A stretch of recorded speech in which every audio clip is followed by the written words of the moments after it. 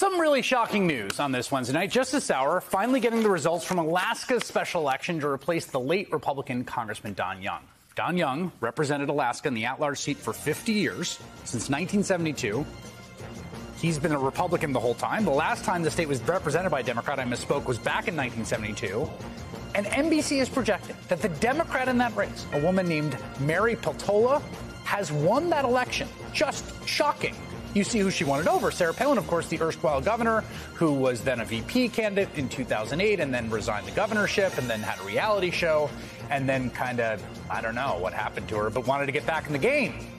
So she runs in Alaska, which is a very red state. Its at-large congressional district has existed for 63 years. And like I said, for 50 years, the seat was held by Young. In fact, the guy before Young, a guy named Nick Begich, it's his grandson who ran against Sarah Palin as a Republican. The two didn't like each other very much.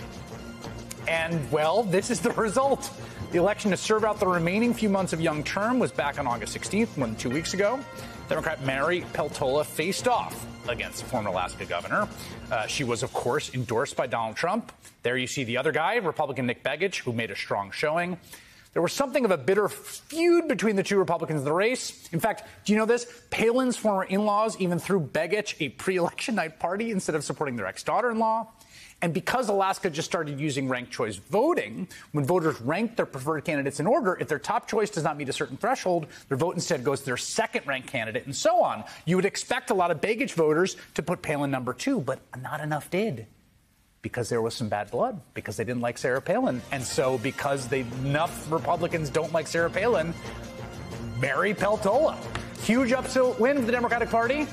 A win that has to buoy the spirits of Democrats everywhere going into the midterms. It's not quite Scott Brown wins Ted Kennedy's seat in the reverse, but it's a little in the ballpark. We'll see.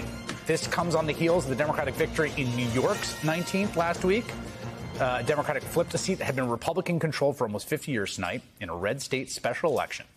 Another sign the party's headwinds are changing heading into November's elections. Also, Peltola will become the first Alaska native to serve in Congress.